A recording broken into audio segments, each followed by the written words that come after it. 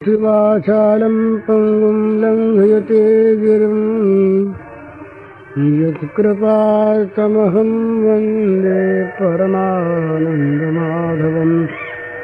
श्रीमन्मदनगोपालं बृन्दारण्यपुरन्दरं श्रीगोविन्दं प्रपद्येऽहं दीनानुग्रहकारकम्। वन्दे मुकुन्दमरविन्ददलायताक्षम् कुन्देन्दुशङ्खदशनं शिशुगोपवेशम्। इन्द्रादिदेवगणवन्दितपादपीठम् वृन्दावनालयमहं वसुदेवसूनुम्। नवजलधरवर्णं चम्पकोद्भासिकर्णं विकसितनलिनास्यं विस्फुरन्मन्दहास्यं। कनकरुचिदुकूलं चारुबर्हावचूलं कमपि निखिलसारं नौमि गोपीकुमारम्।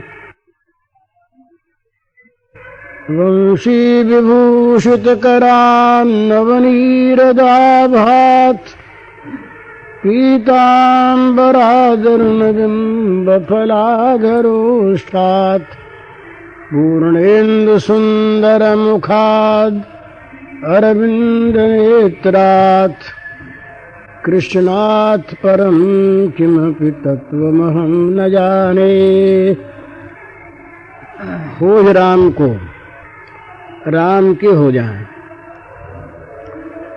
राम के होने पर क्या क्या होता है, इस विषय पर अपने 2-3 दिन से चर्चा कर रहे हैं और ये विषय बड़े ही महत्व का है। जब तक मनुष्य विषयों का गुलाम बना हुआ है तब तक वो न तो परोपकार कर सकता है, न वो गरीब की सेवा कर सकता है, न वो भगवान की भक्ति कर सकता है, न वो किसी का कोई भला कर सकता है। क्योंकि जहां जहां पर उसकी दृष्टि जाती है वहां वहां पर उसका मन पहले अपने लाभ की बात सोचता है। और दृष्टि चूंकि विषयों में आसक्ति वाली है इसलिए विषयों की प्राप्ति में ही लाभ दिखता है। नहीं तो जो लाभ है दूसरे की सेवा में है, दूसरे के लिए त्याग करने में है, वो लाभ भोग की प्राप्ति में है ही नहीं। ये हमारी बुद्धि का एक भ्रम हो रहा है कि हमें त्याग में तो नुकसान मालूम होता है और भोग के प्राप्त करने में लाभ मालूम होता है। हमारे पास पैसा आ जाए तो हमें लाभ मालूम होता है और किसी गरीब के दुख को दूर करने में हमारा पैसा लग जाए तो इतना पैसा चला गया, नुकसान हो गया, ये मालूम होता है। तो क्यों होता है? ये हमारी बुद्धि जो है ये विषयासक्त है और हम विषयों के गुलाम हैं, भगवान के नहीं हुए। ये जो मनुष्य की दृष्टि है ना, हम सभी की है, अधिकांश की। 100 रुपए जो कमाता है महीने में वो 1000 रुपए कमाने वाले की ओर देखता है तो अपने को 900 के घाटे में पाता है। पर वो 10 रुपए कमाने वाले की तरफ क्यों नहीं देखता? 10 रुपए कमाने वाले की ओर देखे तो 90 के नफे में है और उस 90 में से 10 बचा करके 10 रुपए पाने वालों को जो तकलीफ है उनको कुछ कुछ राहत दे दे। बड़ा अच्छा भाव है ना। परंतु ये हो नहीं सकता। क्यों नहीं हो सकता? कि हमारा जो मन है ये भगवान का नहीं हुआ, विषयों का बना हुआ है। हम चाहे 1000 परोपकार की बात करें, देश सेवा की बात करें, समाज सेवा की बात करें, लोक सेवा की बात करें, भगवत सेवा की बात करें, जब तक हमारा मन विषयों का गुलाम है हम विषयों में आसक्त हैं तब तक हम किसी की सेवा नहीं कर सकते। जहां सेवा करने जाएंगे वहीं कहीं पर हमारा मन ये देख लेगा कि इसमें तो हमारे भोग प्राप्ति में नुकसान है, बस वही सारी सेवा बंद हो गई। सेवा का लक्ष्य ही होता है आजकल हम लोगों का कि सेवा भी एक व्यापार है। सेवा से भी विषयों की प्राप्ति हम कर सकते हैं, नाम की प्राप्ति, यश की प्राप्ति, धन की प्राप्ति, अधिकार की प्राप्ति, ये सारे विषय हैं। तो ये जब तक हम भगवान के नहीं हो जाते तब तक ये चीज हमारी कभी हटने की है ही नहीं। तो ये चीज इसलिए साधकों को, कम से कम साधक माने जो साधक वही है जो अपने जीवन को उठाना चाहता है, भगवान के बाद छोड़ दें वो तो अलग चीज है। अपने जीवन का अगर हम उत्थान चाहते हैं, प्रगति चाहते हैं, जीवन में उन्नति चाहते हैं, सांसारिक उन्नति भी, तो बिना त्याग के नहीं होती। और त्याग हमारे अंदर आ नहीं सकता जब तक भोग वासना बनी है और भोगों के हम गुलाम बने। तो हो राम को इसका अर्थ यह है कि हम विषयों की गुलामी छोड़ करके भगवान के गुलाम हो जाएं। इस कसौटी इसकी है। पता कैसे लगेगा? जब विषय में और भगवान में जहां पर आपस में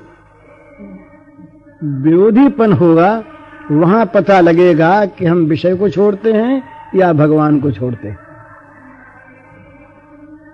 एक तरफ सत्य जा रहा है जो भगवान को प्रिय है और एक तरफ पैसा आ रहा है।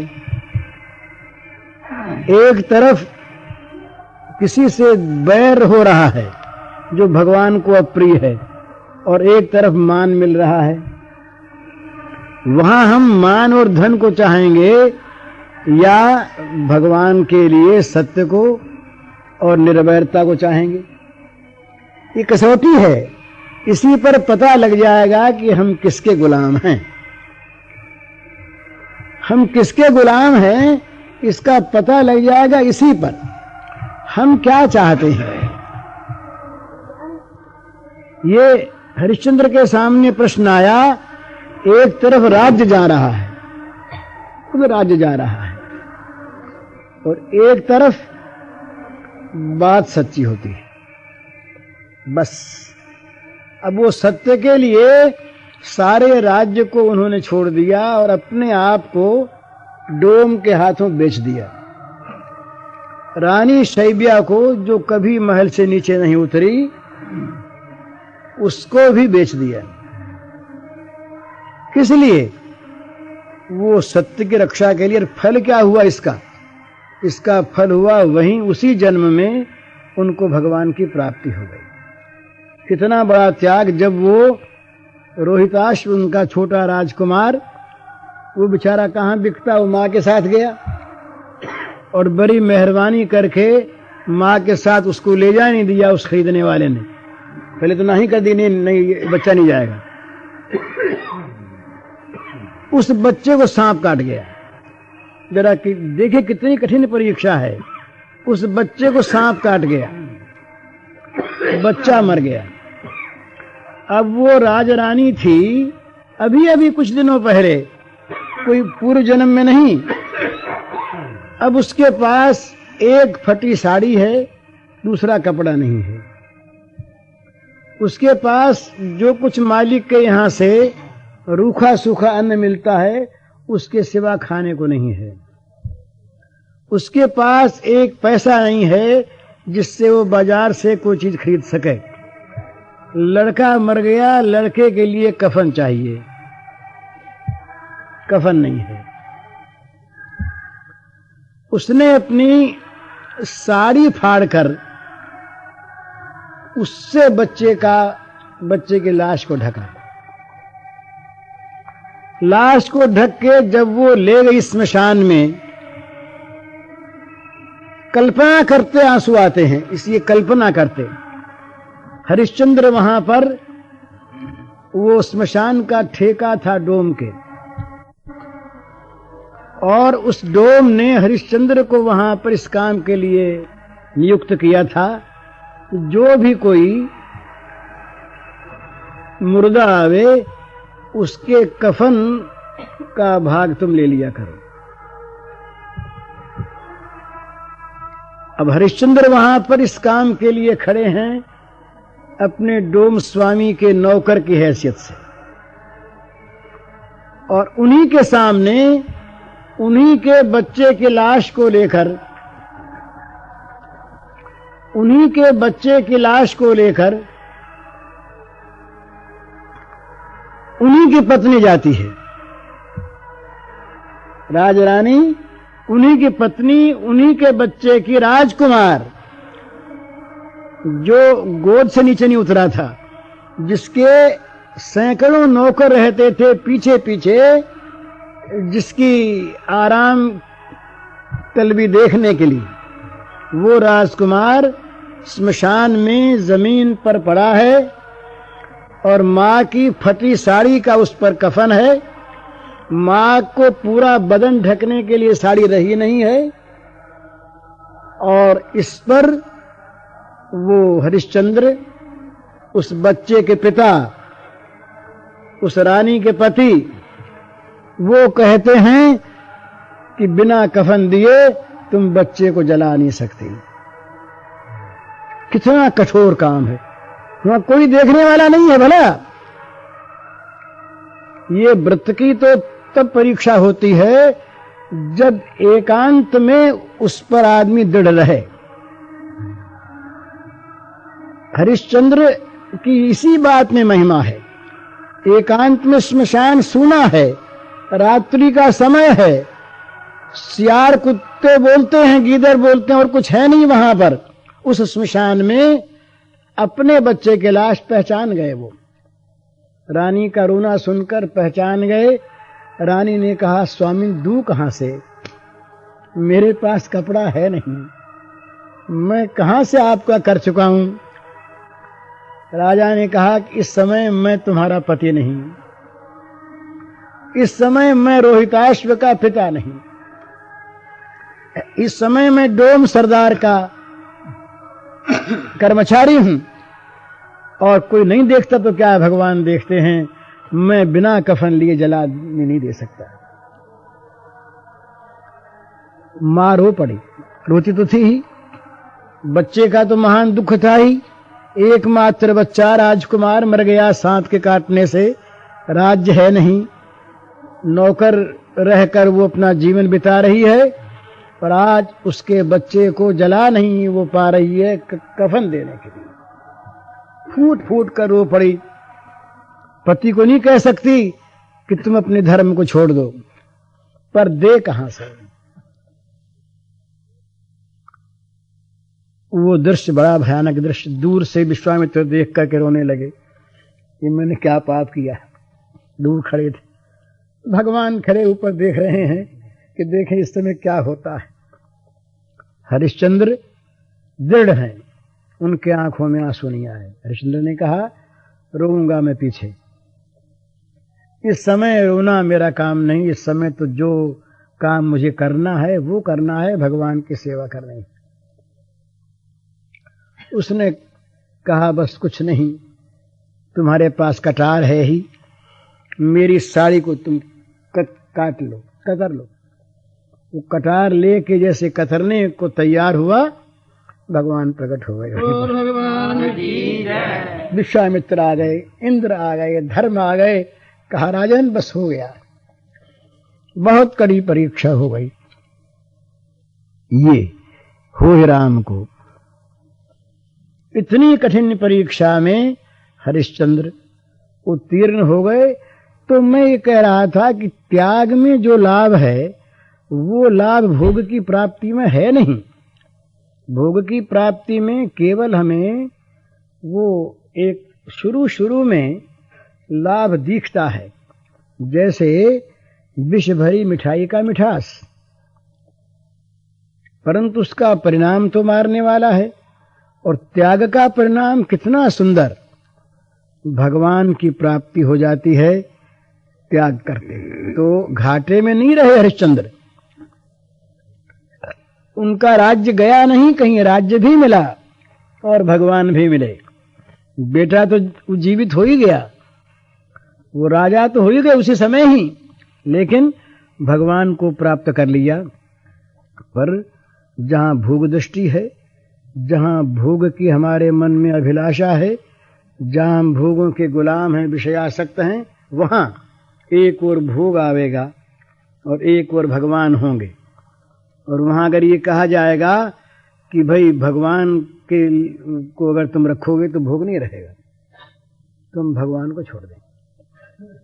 श्रीमद् भागवत में जहां लक्षण बताए भागवतों के 11वें स्कंद में, वहां ये कहा कि तीनों लोकों का वैभव किसी को दिया जाता हो, त्रिभुवन विभव हेतवेपि, तीनों लोकों का वैभव दिया जाता हो और उससे कहा जाए कि तुम लवार्धमपि, आधे लव के लिए तुम भगवान को भूल जाओ, इतना ये लो फिर याद कर लेना, आधा लव पलक पड़े उससे आधी टाइम। तो वो भक्त कहता है कि नहीं, ये नहीं हो सकता। त्रिभुवन विभव भले ही प्राप्त हो और भले न प्राप्त हो, भगवान को नहीं छोड़ सकते। तो इस प्रकार की जो भगवान में निष्ठा है, वही निष्ठा हम भगवान के हैं ये सिद्ध करती है। और जहां हम भगवान के नहीं भोगों के, वहां तो पद पद पर एक तरफ पाप आता, एक तरफ भगवान आते हैं।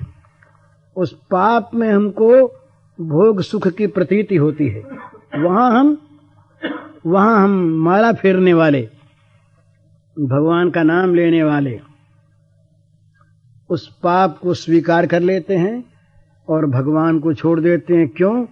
कि हमारा मन भोगों का गुलाम है। तो ये बहुत समझने की, सोचने की चीज है। इसमें आखिर सब त्याग होगा, ये एक समझने की बात है कि हम यहां से ले क्या जाएंगे, और जो कुछ हमारे पास है वो नाश पहले भी हो सकता है। आग लग सकती है, चोर आ सकते हैं, सरकार टैक्स लगा के ले सकती है, और कोई घाटा लग सकता है, डाकू आके लूट सकते हैं, बाढ़ आ सकती है, न मालूम कितने प्रकार हैं हमारे संपत्ति के नाश के, सुख के नाश के। हम कहाँ रोकेंगे? रोक सकेंगे नहीं। तो आखिर तो छूटेगी ही, और पहले ही चीज छूट सकती है, पर उस चीज में हमारा इतना मोह है कि उसके लिए हम भगवान को छोड़ देते हैं, भगवान को भूल जाते हैं और उस चीज को ले लेना चाहते हैं, पाप को स्वीकार करके। तो ये क्यों होता है कि हमारा मन विषयों का गुलाम है और हम आसुर भावापन्न हैं। दो ही चीज है, हम जो कर्म करते हैं वो कर्म भोग की प्रेरणा से करते हैं या भगवत प्रीति की प्रेरणा से करते हैं, यही देखना है। फिर कर्म कोई से हो, खेती करना भी, व्यापार करना भी, नौकरी करना भी, घर का काम करना भी, बाहर का काम करना भी, जिसका जो काम, उस काम में हमारा हेतु भोग है या भगवत प्रीति है, इतना ही देखना है। अगर भगवत प्रीति हमारा प्रेरक है उस कर्म में, तो वो कर्म भगवान की पूजा बन जाएगा और उसके द्वारा किसी का बुरा होगा नहीं। और बिना सेवा क्या ढिंढोरा पीटे, अपने आप सेवा होगी। क्योंकि वो तो मन में जो एक उद्देश्य रहता है ना, जहां हमारा सबके प्रति भगवत भाव होगा, वो न किसी से बैर करेगा, न विरोध करेगा, न किसी का दुख सह सकेगा। तो स्वाभाविक उसके द्वारा वैसे कर्म होंगे ही नहीं जिससे किसी का अहित होता हो और जिससे किसी का हित न होता हो। स्वाभाविक उसको ढूंढना नहीं पड़ेगा, अपने आप उसकी वृत्ति उस काम में जाएगी जो काम भगवान को प्रिय है। भगवान से अप्रिय काम वो कर सकेगा नहीं। हम जानबूझ करके अपने अहित का कभी कोई काम करते हैं क्या? भूल से भली कर लिया करते हैं, फिर बड़ा पश्चाताप करते हैं। इसी प्रकार जब सब में हमारी भगवत बुद्धि अपनत्व बुद्धि हो जाएगी, हम जब भगवान के हो जाएंगे, तब स्वाभाविक हमारे द्वारा किसी के हित का काम, बुरा काम होगा नहीं। दृष्टि बदल जाएगी। जैसा मैंने अभी कहा कि हमारी दृष्टि जो है वो भोग पर रहने से, जहां भोग और भगवान का विरोध होता है वहां भगवान को छोड़ के भोग को ले लेते हैं। ये कसौटी है कि हम कहां पर हैं।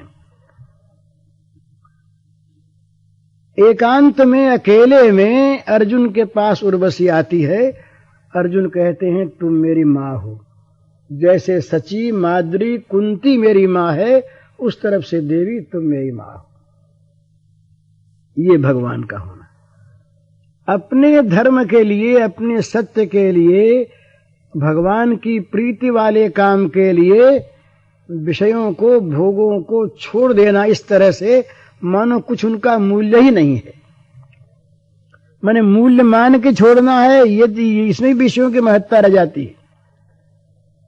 ये और समझ में रखने की बात है कि भगवत प्रीति मन में पैदा हो जाने पर विषयों का मूल्य नहीं रहता। वो विषयों के परित्याग में कभी उसको यह अभिमान नहीं होता कि मैंने बहुत बड़ी चीज त्याग दी है। वो तो कब होता है मन में कि जब किसी वस्तु का महत्व है और महत्वपूर्ण वस्तु का त्याग करने में ऐसा मालूम होता है कि मैं कोई अपनी चीज छोड़ रहा हूं, अपने आराम की चीज किसी को दे रहा हूं, छोड़ रहा हूं, छूट रही है, तो मन में करता है तो छूट जाती है अपने आप। ये दो चीज होती है, आसक्ति की और ममता की चीज छूट जाती है, चली जाती है अपने आप, तो दुख होता है। उससे अगर दे देते हैं तो अभिमान होता है। दो में से एक बात होती है हम लोगों की।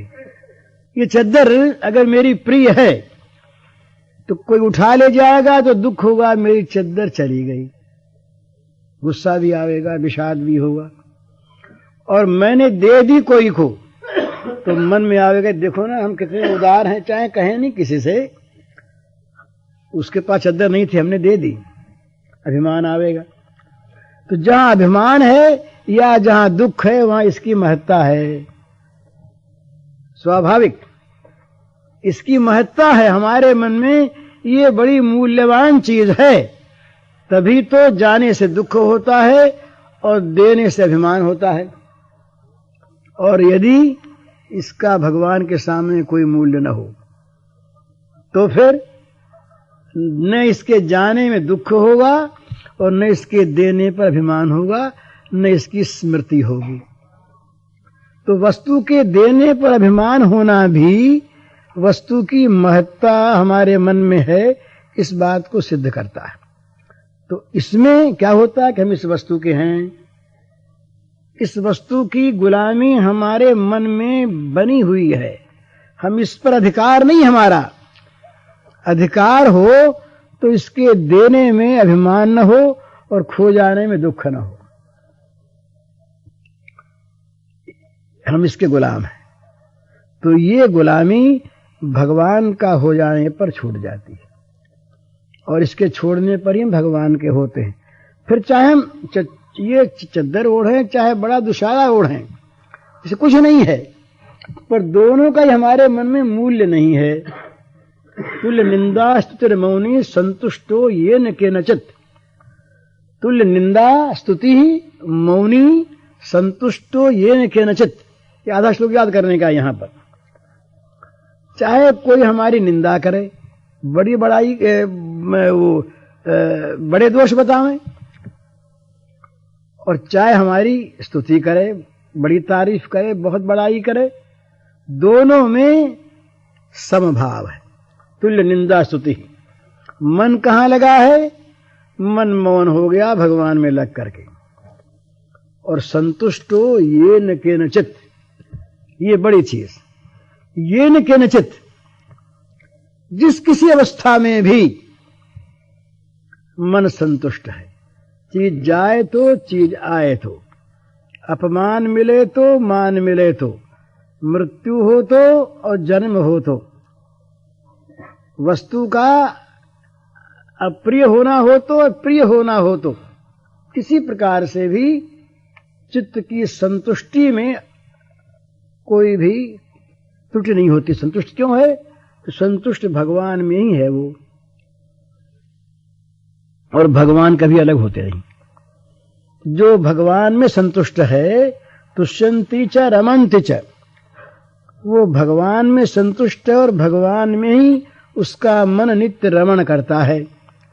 तो भगवान के सिवा अन्य जो वस्तुएं हैं, वो वस्तुएं जब तक उसके पास है तब तक वो स्वभाव से या होश-हवास ठीक है तो भगवान की सेवा की भावना से उसकी रक्षा करता है, देखता है। पर चीज अगर गई तो अगर वो ज्ञान का साधक है तब तो उसको कुछ भी नहीं होगा, और अगर वो भक्ति का साधक है तो वो मानेगा भगवान की सेवा बन गई, अपनी चीज भगवान ने ले ली। तो दियम वस्तु गोविंदो मया तुभ्यम समर्पयेत, तुम्हारी वस्तु भगवान तुम्हारे काम में तुमने ले ली, हमको निमित्त बनाया, हमने नहीं दिया। मया तुभ्यम समर्पित, मेरे द्वारा ये तुम्हारे समर्पित हुई, मैंने नहीं समर्पित की। मैं मालिक ही नहीं, मालिक तुम, मैं तुम्हारा सेवक। तत्काल बदल जाती है, आप घर के मालिक से नौकर बन जाइए, घर में भी मालिक से आप मैनेजर बन जाइए, बहुत सा झगड़ा आपका मिट जाएगा उसी वक्त। मालिक की उतार दी अपने आप कि झगड़ा दूर हो गया, फिर ममता नहीं रही, आसक्ति नहीं रही, अहंकार नहीं रहा। फिर उसके बाद जब तक आप नौकर हैं, संभाल का काम रहा, संभालें, ईमानदारी से सेवा करें, बस अपना नहीं। तो ये इसीलिए भगवान ने कहा कि भाई तुम्हारे पास जो कुछ है ये तुम मेरा बना दो, है तो मेरा ही। तुमने जो झूठ मूठ अपना बना रखा है ये तुम मुझे सौंप दो। तदर्पिता अखिल आचार्यता, ये भक्ति का लक्षण बताया नारद जी ने। तदर्पिता अखिल आचार्यता, जो कुछ है और जो कुछ करते हो ये सब का सब तुम भगवान के अर्पण कर दो, रहेगा तुम्हारे पास ही। तुम इसके जो मालिक बन रहे हो, तुम्हारी जो ममता इसमें हो रही है, स्वामित्व हो रहा है, इसको हटाकर तुम केवल सेवक बन जाओ। और तो बोले फिर हम क्या करें, हमारा काम क्या है? तो तुम्हारा काम एक ही है, मेरा स्मरण करते रहो। तद विस्मरणे परम व्याकुलता, इसका इस सूत्र का अगला भाग है। तदर्पिता अखिलाचार्यता तद विस्मरणे परम व्याकुलता, भगवान का विस्मरण होने पर, भगवान को भूल जाने पर चित्त में एक ऐसी अकुलाहट हो जाती है कि न मालूम क्या खो गया, क्या बड़ी चीज, क्या प्रिय की चीज, क्या बड़ी काम की मूल्यवान चीज कहाँ खो गई। चित्त व्याकुल हो जाता है, जैसे मछली तड़पने लगती है जल से बाहर आने पर, इसी प्रकार से उसका चित्त अत्यंत विकल हो जाता है। परम व्याकुलता कहा, मामूली व्याकुलता नहीं, परम व्याकुलता, सीमा की व्याकुलता। तो ये होता है भगवान का हो जाने पर। तो उसके लिए 2-3 उपाय हैं। बुद्धि से तो ये बार बार ऐसा निश्चय करें कि हम भगवान के हैं, भोगों के नहीं। और क्रिया में भूल होगी पहले पहले, पर सावधानी रख करके क्रिया करने में मालिक की क्रिया न करे, मन से सेवक की क्रिया करे। काम वही सेवक की हैसियत से करे, मालिक की हैसियत से नहीं। और उसमें ध्यान रखे कि कहीं विषयों की कोई आसक्ति या ममता या कामना हमसे भगवान का अप्रिय काम तो नहीं करवा रही है। ये जहां ध्यान रहेगा वहां झूठ बोलने में, छल करने में, कपट करने में, हिंसा करने में, बैर करने में, किसी का बुरा करने में, घृणा करने में हमारा मन हिचकेगा। भाई ये तो भगवान का अप्रिय कार्य है। जैसे हम जो पैसा कमाने के लिए काम करते हैं